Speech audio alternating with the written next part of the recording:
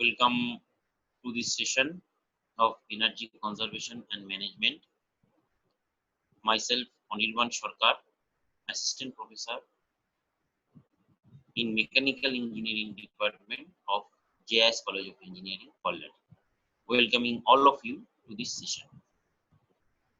Today's session also we will discuss some others waste heat recovery technologies.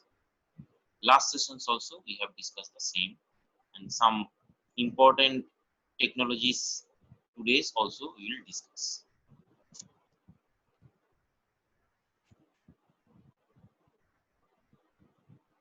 Here, first of all, it is a thermocompressor which is used in to recovery heat in the waste heat recovery cases. So what is this thermocompressor? A very low pressure steam can reuse as water after condensation for lack of any better option of reuse. So if a very low temperature, low pressure steams are to be reused, then this thermocompressor device is very useful.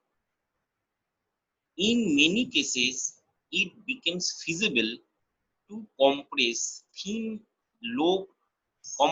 this low pressure steam by very high pressure steam and reuse it as a medium pressure steam. That means when the fluid that has to be gain the heat is entering as in this device as an low pressure steam, but when the outcome it will be medium pressure steam. The major energy in stream is in its latent heat value, and thus thermocompression would gives a large improvement in waste heat recovery.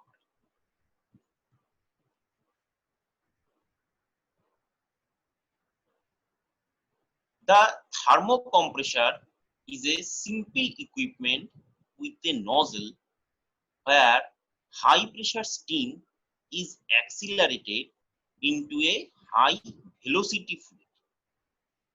This entertains the low pressure stream by momentum transfer and then recompress in a divergent venture.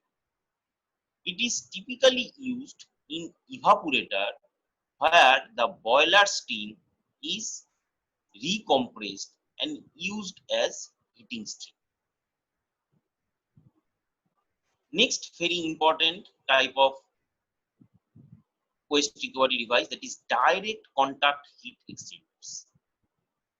Low pressure steam may also be used to preheat the feed water or some other fluid where miscibility is acceptable. This principle is used in direct contact heat exchanger and fluid wide use in the steam generation station. They essentially consist of a number of trays mounted one over another or packed bed.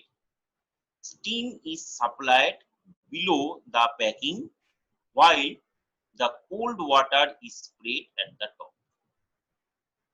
The steam is completely condensed in the incoming water, thereby heating it. Typical application is the deaerator of a steam generation station. So in a steam generation station, the deaerator use this thing where that is the air removed from the fluid that has to be used as an feed water in case of boiler, where direct from the steam is heated in this case. So it is the example of direct contact heat exchanger also. Another type of economizer or heat exchanger, that is called fin tube heat exchanger or economizer. Fin tube heat exchangers are used to recover heat from low to medium temperature exhaust gases for heating liquid. Application include boiler feed water preheating, hot processes liquid, hot water for space heating, or domestic hot water.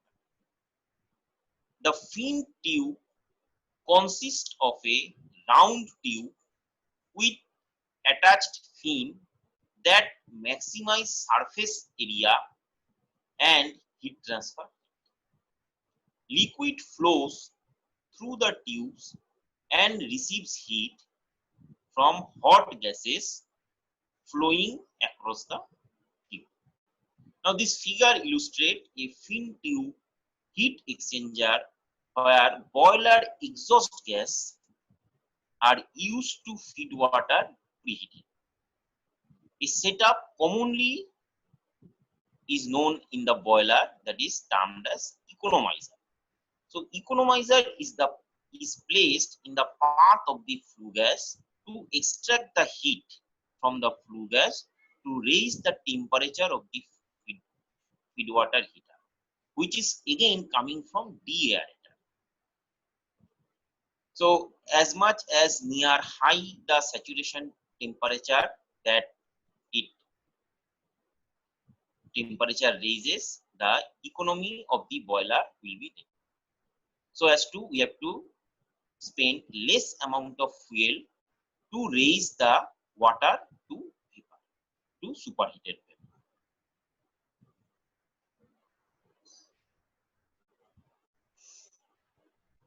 Now, low temperature energy options and technology. So how to extract heat from the low temperature waste heat recovery?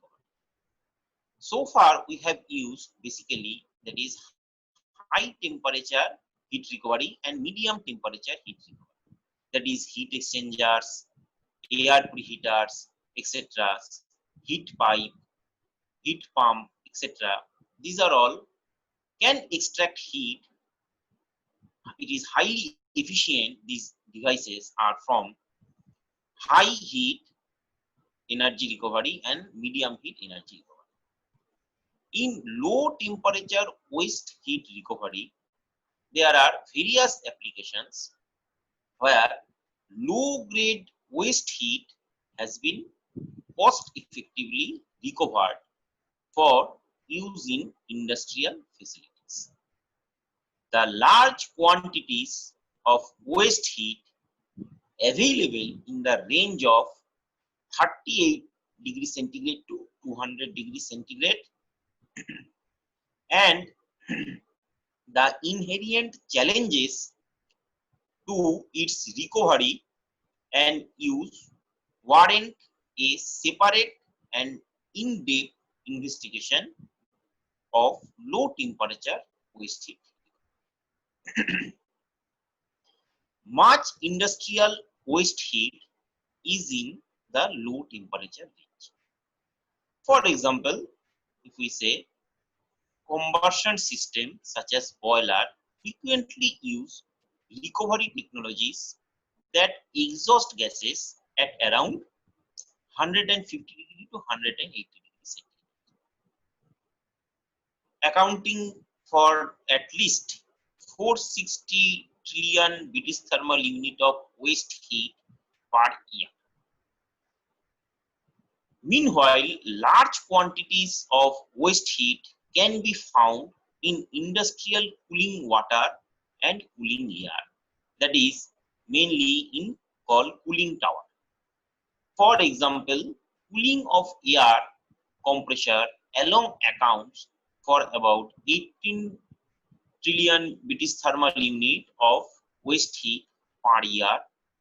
One integrated shell mill in Japan successfully installed power generation plant with a 3.5 megawatt capacity using cooling water only at 98 degree centigrade.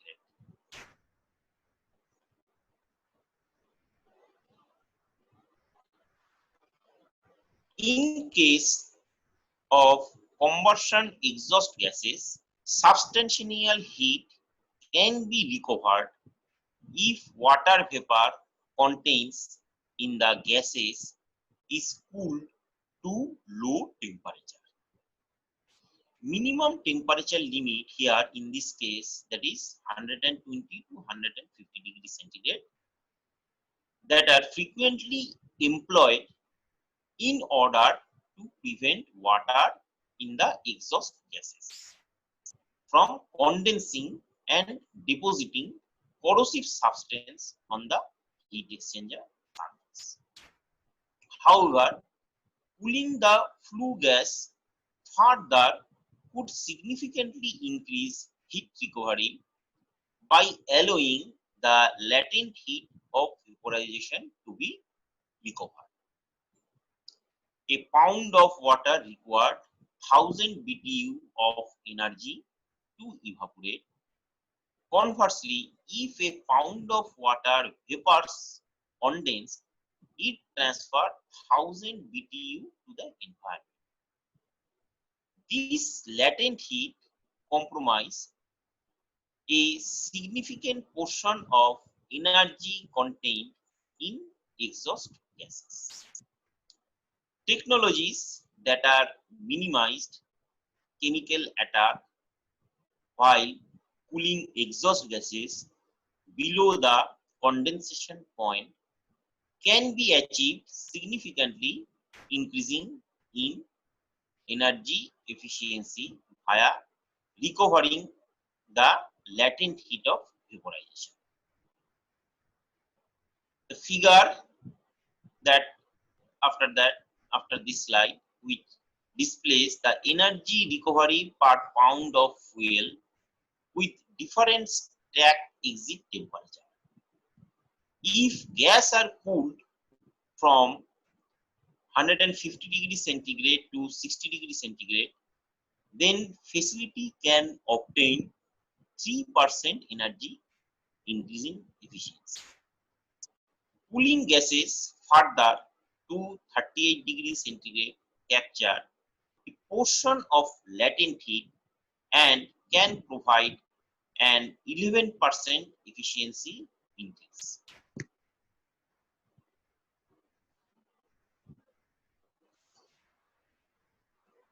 Now, the challenges to recover low temperature waste heat. So there are few challenges are there. First of all, corrosion of the heat exchanger surface.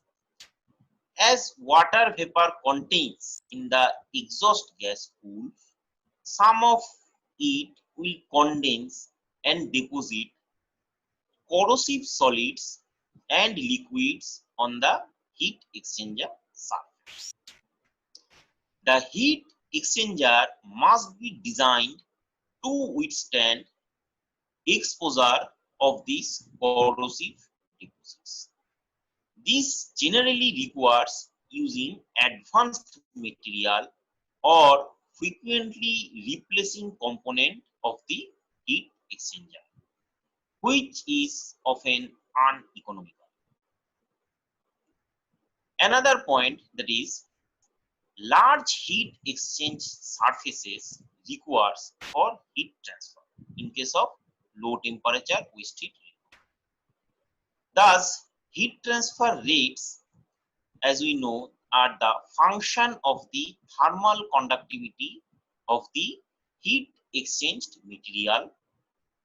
The temperature difference between the two fluid stream and the surface area of the heat exchanger. Since low temperature waste heat will involve a smaller temperature gradient between two fluid stream, larger surface areas are required for heat transfer. This limits economics of the heat exchanger.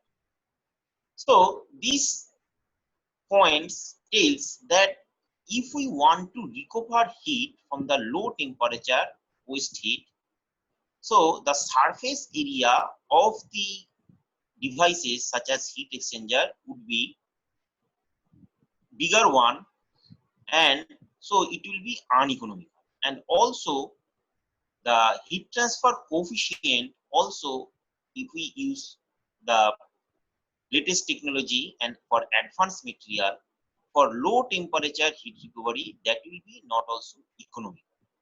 So these are the barriers. And another point is that finding a use for low temperature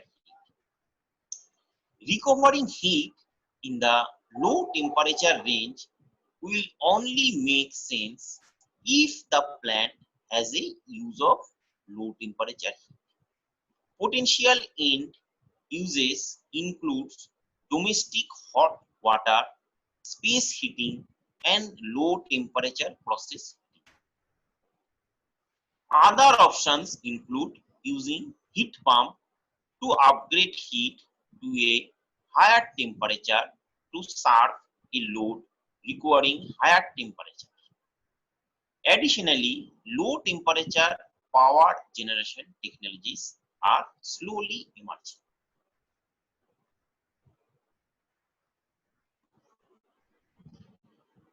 Now, there are some low temperature heat exchangers. That is, in this case, first of all, that is deep economizer. So these deep economizer are designed to cool exhaust gas of 65 degrees centigrade to in range between 65 to 71 degrees centigrade, and to withstand the acidic condensed deposit on its surface. Designs includes the following options: installing a throwaway section of cold end of an economizer. The tubing in the cold end will degrade over time and will need to be readily replaced. The frequency of replacement will depend on the flue gas composition and the material of construction. Designing the economizer with stainless steel tube. Stainless steel can withstand acidic gases better than the mild steel typically used in construction of an heat exchanger. Using carbon steel for the majority of heat exchanger, but using stainless steel tubes in the cold end where acidic deposits will occur. Using glass tube heat exchangers mainly for gas to gas applications such as air preheater, and using advanced material such as tip. So in a heat exchanger, if we changes some small things, that economizer may be very effective. The mild steel tubes, if we can replace with that stainless steel one, so that can give us better heat exchange at lower temperature range. And using glass tube is a better option is in case of air preheater, and advanced material such as Teflon etc. can be used.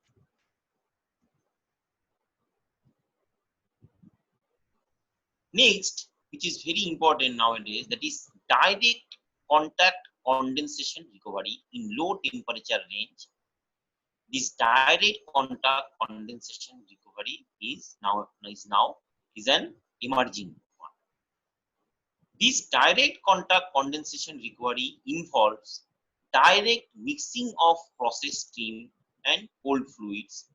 Since this system do not involve a separating wall across the heat must be transferred.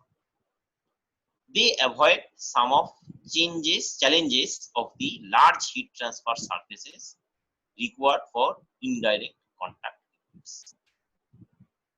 For example, if flue gas enters the heat exchanger, they are cooled by cold water introduced at the top of the unit. The heated water stream exists through the bottom of the exchanger and provides heat to an external system.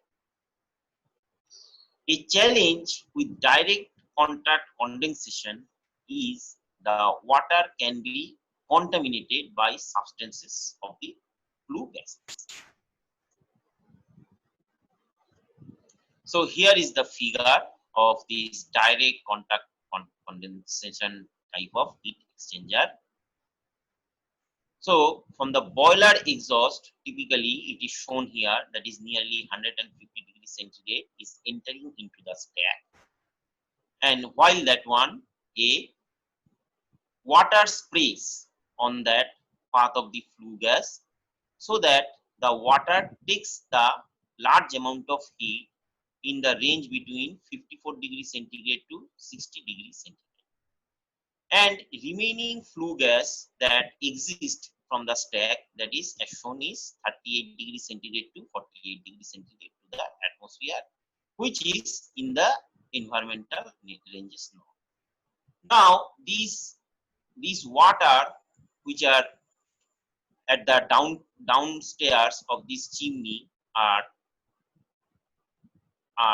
accumulated. These waters are run by the pump with the heat exchangers, and through that heat exchangers some auxiliary units are also run. So this is the example of the direct condensation type of heat exchanger at low temperature heat recovery system. Next is indirect contact condensation recovery. In case of indirect contact condensation recovery units, cool gases to 38 to 43 degrees centigrade. In this range, the water vapor in gases will condensate almost completely. Indirect contact exchangers consist of a shell and tube heat exchangers. They can be designed with stainless steel, gas, Teflons, or other advanced materials. Next, transport membrane condenser. In a transport membrane condenser are developing technologies for capturing water along with water's latent heat from the water vapor in the gas exhaust stream. Water is extracted from the flue gas at temperature above dew point by employing capillary condensation and recycled into the boiler heat water. Schematics of this operation is shown next slide. Like direct contact heat recovery units, this transport membrane condenser extract hot water directly from the flue gas. However, since this recovery of water via transport through a membrane, a recovered water does not become contaminated as in a direct contact. These technologies have been demonstrated for clean exhaust stream in a natural gasifier boiler. However, TMCs requires more research in advanced material before widespread implementation for application in the waste heat stream, so that the dirtier waste heat stream recovery is possible. Needed areas for R&Ds for enhancement include these transport membrane condenser strain and resistance to contaminants. So this is the a schematic diagram of the transport membrane condenser, but the membranes are there. Through that membrane, the low temperature flue gas can be heated significant portions. Now, next is that is termed as an next the very useful things that is called a heat pump. It is various commercial applications it has. Previously, we have also discussed to some extent. We find waste heat being transferred from a hot fluid to a fluid at lower temperature. Heat must flow continuously downhill, that is, from a system at high temperature to one at lower temperature. When energy is repeatedly transferred or transformed, it becomes less and less available for users.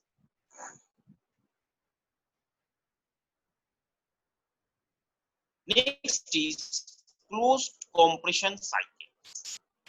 So as explained, used in a closed compression cycles to recover heat from cooling water, leaving a sterilizer in a the sterilizer in the plant discharges cooling water at 53 degrees centigrade. A heat pump is used to lower the temperature of the cooling water, while using the heat extracted to increase the temperature of processed water used elsewhere in the plant. The heat pump consists of an evaporator, compressor, condenser, and expansion valve.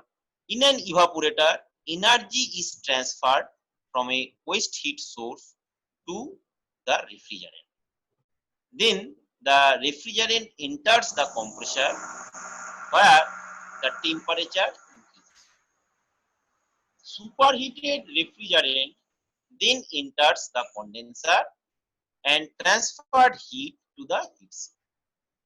Finally, refrigerant is throttled in an expansion valve before returning to the evaporator. So this is a closed compression cycle. Here they are using an refrigerant as an working fluid to transfer a low temperature heat source to the uses of some sterilization process. Now, open cycle vapor compression. These systems use compression to increase the pressure of waste vapor. Mechanical vapor recompression uses a mechanical compressor, while thermal vapor recompression uses a steam ejector and therefore is heat driven rather than mechanically driven. Absorption heat pump. Absorption heat pump are very similar to the closed compression cycle, except the compressor is replaced by a more complex heat driven absorption system. Depending on the plant need, the system can be configured in multiple ways. Heat pump. This heat pump can use medium temperature inputs to reject heat in one lower temperature stream and one high temperature stream. The second application can be used for air conditioning and or refrigeration. Chilling cycles can be valuable for applications such as food refrigeration or for cryogenic process in various industries. So these are the type 2 heat pump. Type 1 heat pump can use lower and higher temperature heat input to reject heat at an intermediate level. So these are all some use of these technologies that in the industries extensively using. So thank you for joining this session.